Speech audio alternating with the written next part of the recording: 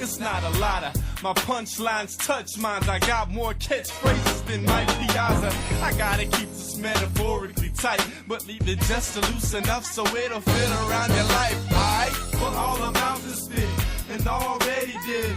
It seems these people making plans to try to stop the kid. But dog, it's obvious, cause I must win. You can't stop it, do the math, it's not happening.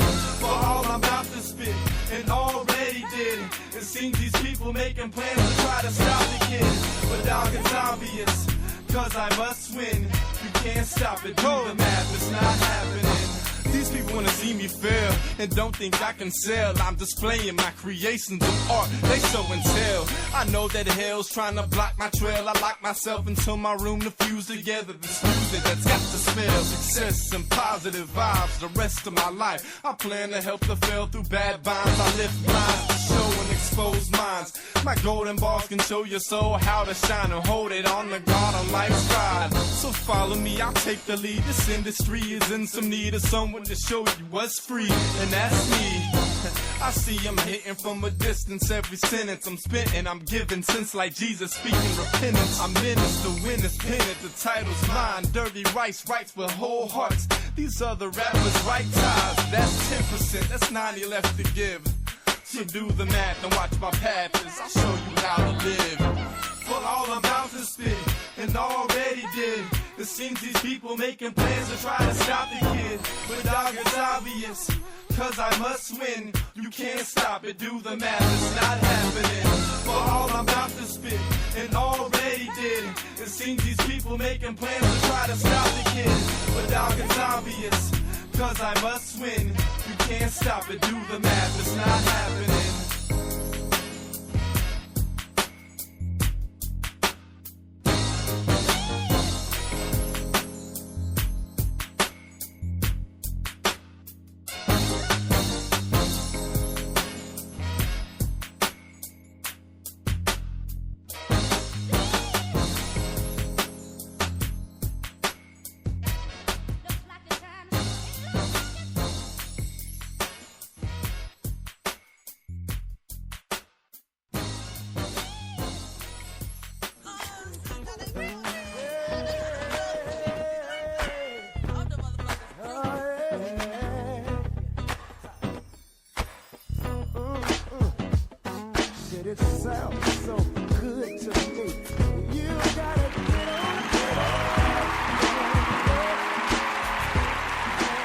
Welcome back to the show. The number to the show is 404-382-0338. You can also email me at doug@thedougsstewartshow.com. Tribute Tuesday to Great Jodeci.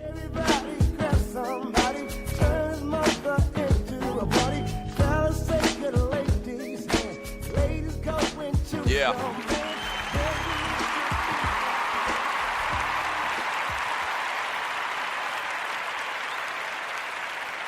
Yeah, thank you for joining your boy.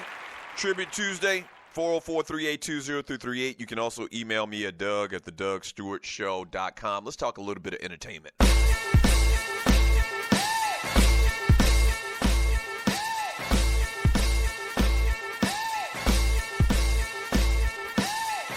Today's date, March 4th, 2017.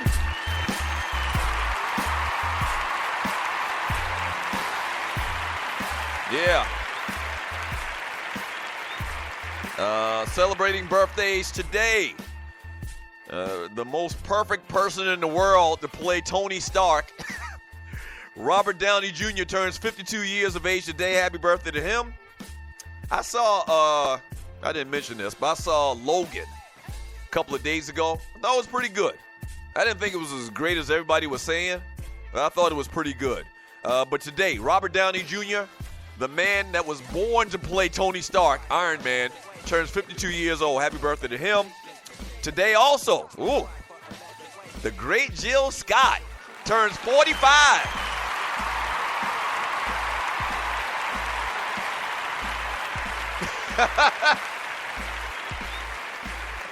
Jill Scott turns 45 years old today, man. Maybe the finest thickums in the world.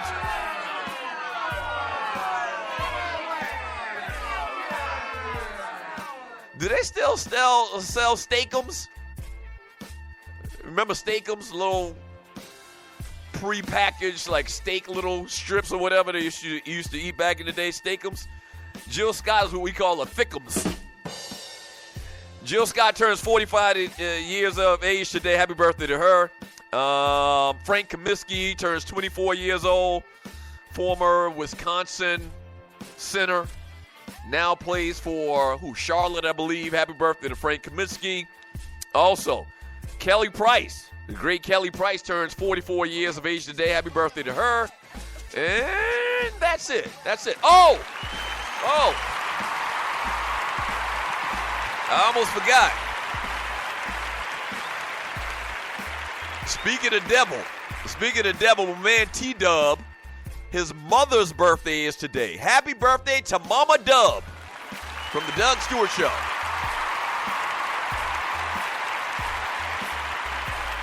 Happy birthday, Mama Dub! From the Doug Stewart Show. If you got a birthday coming up, man, and you want me to give you a shout out, we love giving shots out around here for your birthday or any other special occasion. Make sure it's a special occasion. Not just like any occasion, but a special occasion. Email me at doug@thedougstewartshow.com, and we will definitely give you a shout out. Yeah.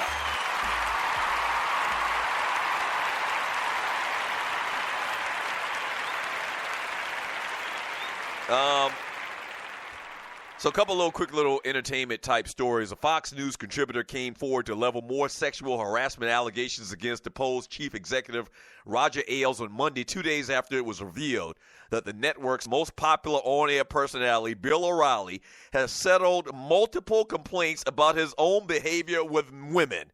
In other words, word on the street is Bill O'Reilly is a perv.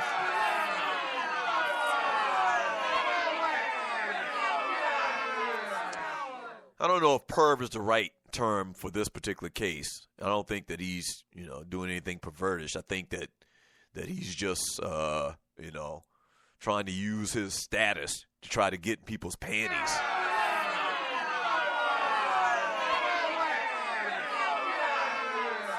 O'Reilly returned to the air on Monday following a weekend report in the New York Times that he and his employer had paid 5 women $13 million to settle allegations of sexual harassment or other inappropriate conduct by Fox's ratings king.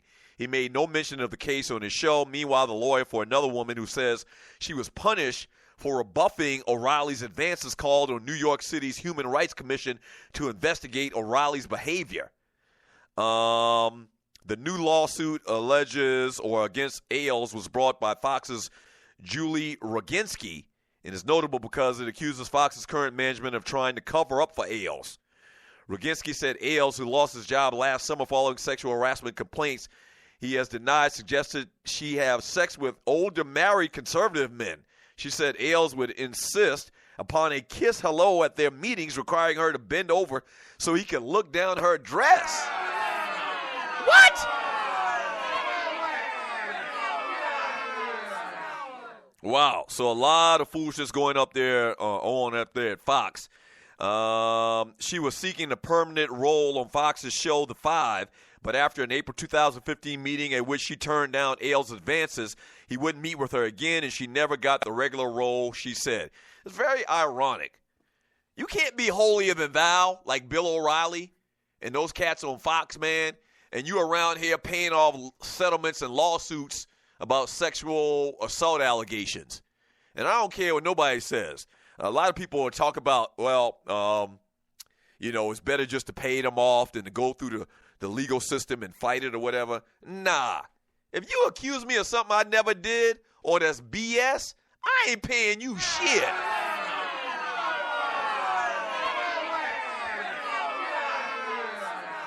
So there's probably a lot of truth to this, man. O'Reilly obviously is denying this, so we're definitely going to keep our eyes on this story, man. Also, and you're listening to the Doug Stewart Show, Suge Knight claims he was the target in the 1996 Tupac Shakur murder. Suge Knight has claimed that he was the real target of the 1996 drive-by shooting that killed rapper Tupac Shakur, and that his ex-wife and former Death Row Records security chief were behind it.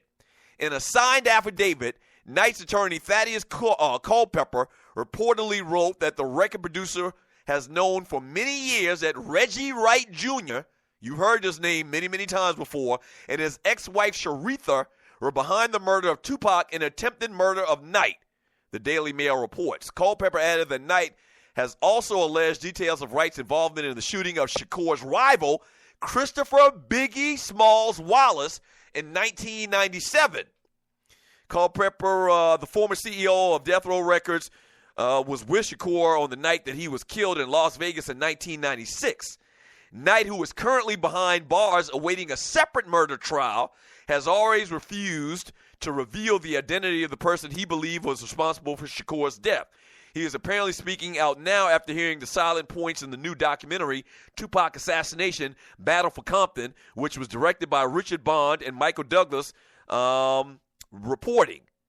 The film tells an attempted coup at Death Row Records, co-founded by Knight and Dr. Dre, among others, which the documentary suggests eventually led to the shooting. Culpepper told Carolyn individually that not only did Knight confirm the events portrayed in Compton, which portrays Knight was the intended target and Shakur was collateral damage, as true, but also goes on to allege that these 1996 events have been the first in the history of attempts on Knight's life.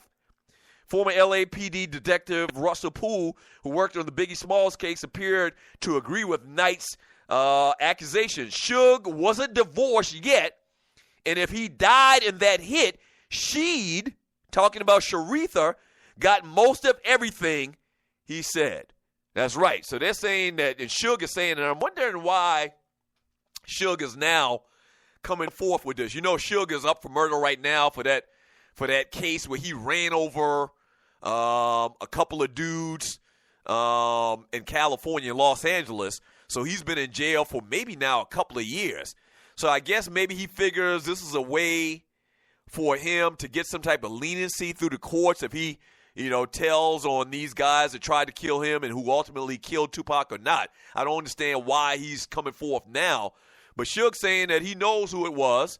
It was his wife and his former security guard, that if he died, then she'd take ownership of Death Row Records. Very interesting stuff, man. What are your thoughts on that? Wow.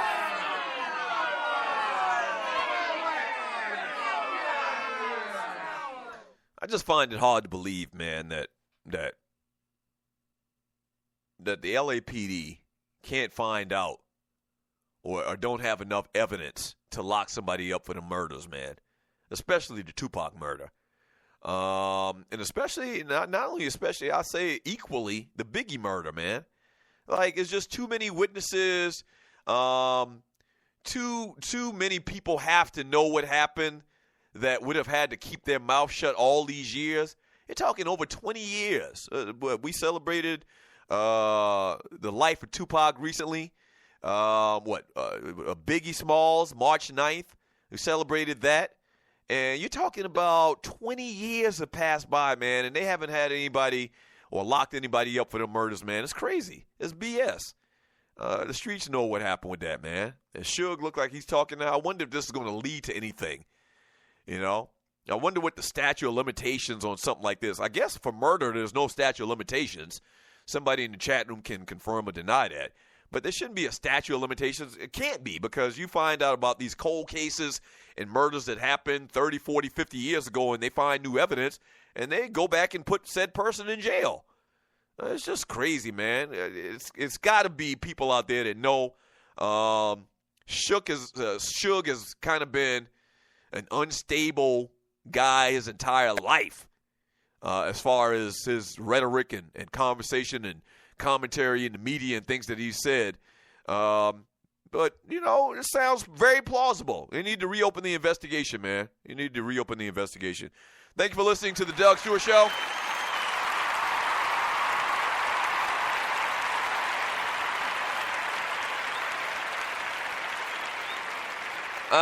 Back in the chat room, Loose Neck Thanks 9 Psy. He says Romo's defense gave up points left and right. Can't put all of that on Romo. From Mo Cheeks for 3. Doug, you just named a bunch of effing scrubs. I think he's talking about when T-Dub called up here and named some of the good Dallas Cowboys that